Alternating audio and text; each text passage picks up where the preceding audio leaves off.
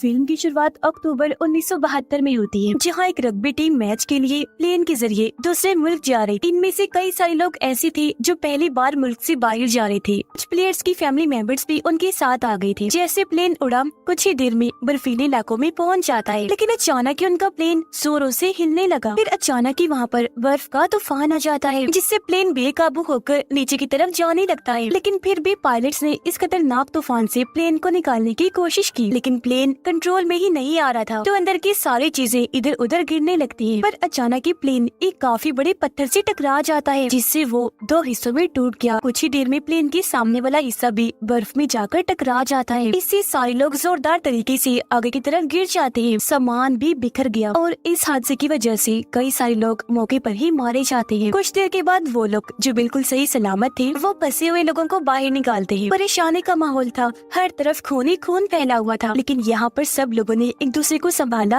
हिम्मत दी। अब दो लड़के कैबिन खोलकर पायलट के पास जाते हैं, जिसकी भी हालत बहुत खराब थी, और अगले ही पल वो भी दम तोड़ देता है। देखते ही देखते रात हो गई। टेम्परेचर भी तेजी से गिरने लगता है, क्योंकि ठंड से उनका बुरा हाल हो रहा था। इसलिए वो प्लेन के बड़े से छेद को सामान और लाशों से ढक देते हैं। सर्दी से बचने के लिए अंदर जाकर छुप गए। सभी लोग इस हादसे की वजह से काफी दुखी, गहरे सदमे में थे। कुछ तो डर की वजह से चिल्ला भी रहे थे। तब बाकियों ने जैसे तैसे उनको सहारा दिया। अगली सुबह जब ये उठी तो देखा कि 4-5 और लोग ठंड की वजह से मारे गए। अब तक तूफान भी थम चुका था, इसलिए वो लोग बाहर आ गए, लेकिन दूर दूर तक ने बर्फ के अलावा और कुछ दिखाई नहीं दे रहा था। साथ ही ये जगह काफी नीचे को भी थी, और वो नहीं जानती थी कि पता नहीं हम कब तक यहाँ फंसे रहे। तो जिंदा रहने के लिए वो इंतजाम करने लगे। उन्होंने सारे बैग्स और सामान को चेक किया, खाने पीने और जरूरत का सामान वहाँ से इकट्ठा कर लिया। अपना सारा काम खत्म करने के बाद वो एक जगह पर बैठ जाते हैं। उन्हें खाना दिया गया, जो वो खाते तो है, लेकिन साथ में ये सोचकर परेशान हो रही थी कि हमारे पास थोड़ा सा खाना है, जो न जाने हमें कब तक चलाना होगा। अब अचानक वहाँ से एक प्लेन गुजरने लगता है। इन लोगों में एक उम्मीद उठी, इसलिए वो जोर जोर से चिल्लाने लगते हैं ताकि प्लेन इनकी आवाज सुनकर रुक जाए। लेकिन इसका कोई फायदा नहीं हुआ, क्योंकि प्लेन काफी दूर था, तो वो ऐसे वहाँ से चला गया। अब तीसरे दिन एक लड़के नैंडो को होश आ गई। नैंडो की हालत बहुत खराब थी, चेहरा भी बिगड़ गया था, लेकिन फिर भी जैसी तैसी वो रेंगते हुए अपनी बहन के पास चला जाता है। बहन की हालत भी बेहद खराब थी। जब नैंडो उससे अपने मॉम डैड के बारे में पूछता है, तो उससे पता चला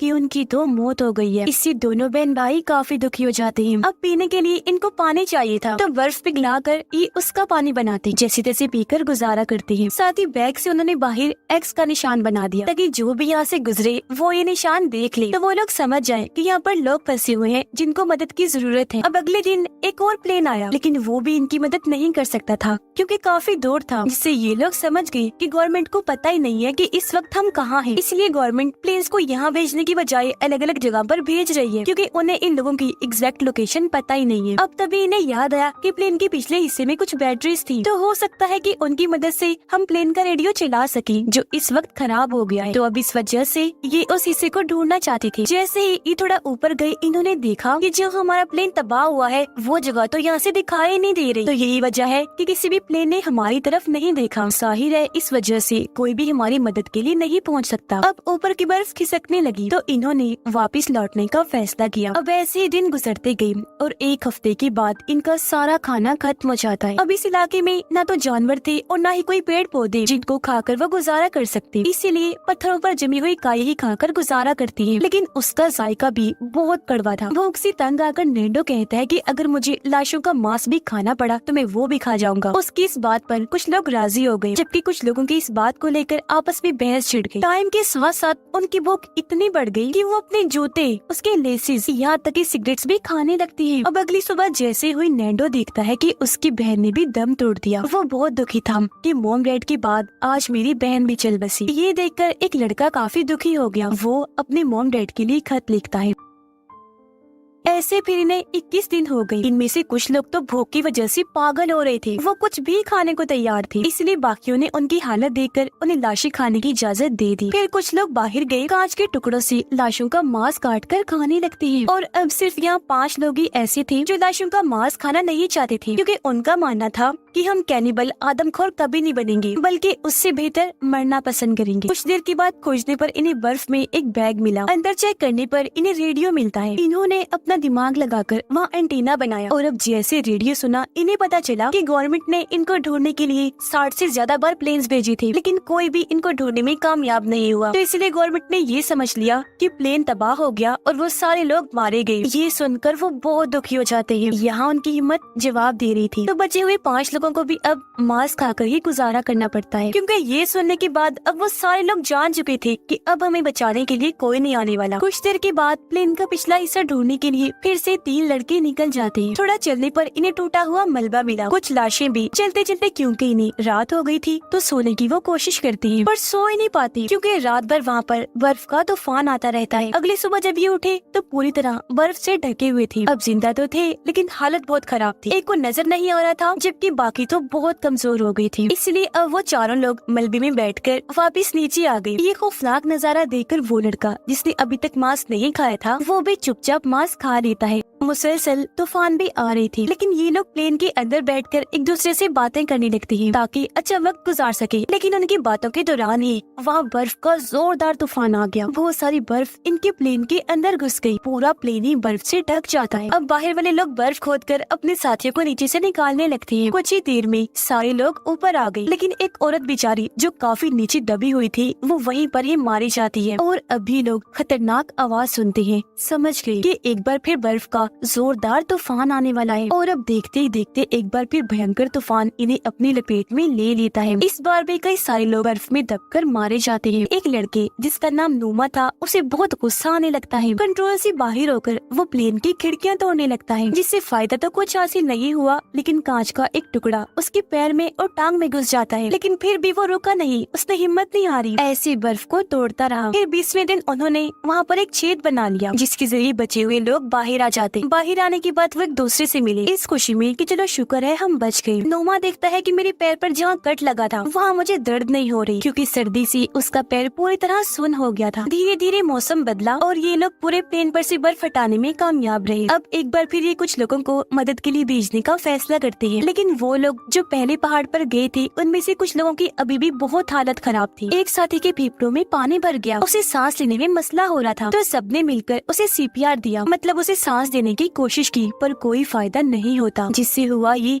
कि उसकी भी मौत हो जाती है। और जो खत उसने अपने मॉम डैड के लिए लिखा था, उसे भी संभाल कर रख लिया। 36वें दिन जैसे मौसम खुला, नोमा और उसके साथी ढेर सारे कपड़े पहनकर मदद के लिए वहाँ से निकल जाते हैं। लेकिन बीच रास्ते में ही नोमा गिर जाता है, क्योंकि उसके पैर में बहुत दर्द हो रही थी। बाकियों ने जब जाकर चेक किया तो उन्होंने देखा कि उसके पैर का जख्म काफी गहरा हो गया है। इसलिए उन्होंने नोमा को वापस ले जाने का फैसला किया, पर उसने जवाब दिया कि नहीं दोस्तों, तुम लोग आगे बढ़ो, मैं खुद वापस चला जाऊंगा। वो बेचारा जैसे तैसे वापस आ तो गया, लेकिन उसकी हालत इतनी खराब थी, वो इतना थक गया था कि आते ही बेहोश हो जाता है। जबकि वो लोग जो मदद के लिए आगे बढ़ रहे थे, वो ये देखकर काफी खुश हो जाते हैं कि हमारे सामने प्लेन का पिछला हिस्सा पड़ा हुआ है, जो आखिर अब उन्होंने ढूंढ लिया था। प्लेन का वो हिस्सा देखते ही उन्होंने यहाँ पर अपने बाकी साथियों को भी बुला लिया। यहाँ पर जो सामान था वो सारा उन्होंने इकट्ठा कर लिया। सामान में बहुत सारे साफ कपड़े, खाने का सामान और बहुत सारी चॉकलेट्स थी। इन्हें यहाँ पर वो बैटरीज भी मिल जाती है, जिन्हें प्लेन में डालकर ये रेडियो के जरिए सिग्नल भेजने की कोशिश करते हैं। लेकिन आगे से कोई जवाब नहीं आया, क्योंकि रेडियो खराब था, जिससे ये लोग सही समझ रहे। लेकिन जब इनको एहसास हुआ कि रेडियो खराब है, तो थक हार कर ये वहीं बैठ जाते हैं। नोमा का जख्म भी दिन ब दिन बढ़ता जा रहा था, जो उसके पूरे जिस्म पर ही फैल गया था। अब नोमा अपनी हालत देखकर समझ गया था कि मेरे पास ज्यादा टाइम नहीं है, जल्द ही मैं मर जाऊंगा। इसीलिए उसने खाना पीना बंद कर दिया, ताकि मेरे हिस्से का खाना मेरे साथी खाकर जिंदा रह सके।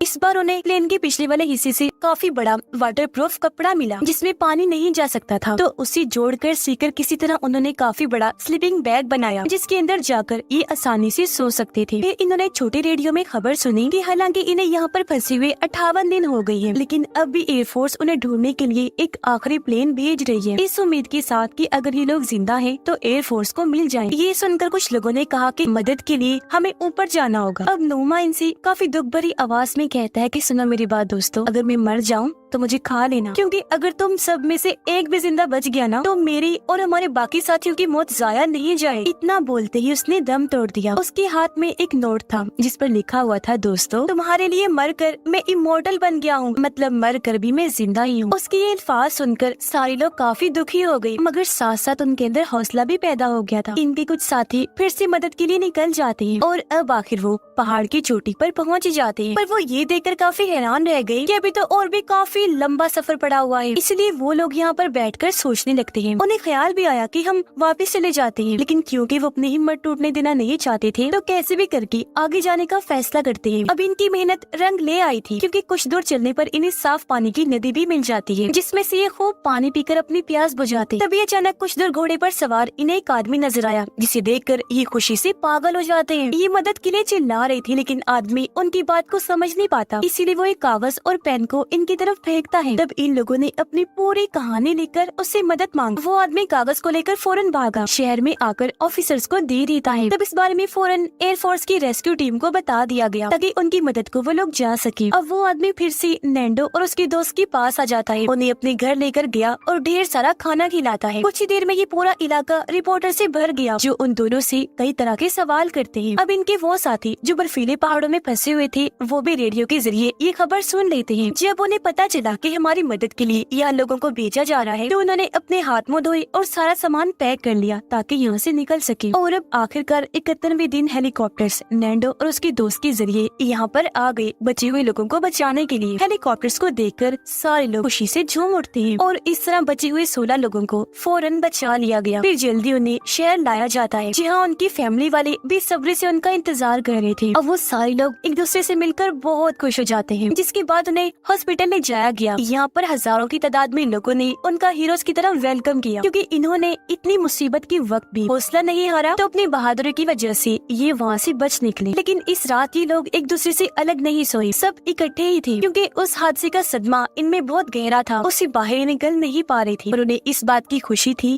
कि हमने थोड़ी बहुत कोशिश की और हम बचा लिए गए। वो डट के खड़े रहे कि जीना है तो जीना, जिस वजह से उनके सामने मुश्किल वक्त भी हार गया। जिसके साथ इस फिल्म की कहानी भी यहीं पर खत्म हो जाती है।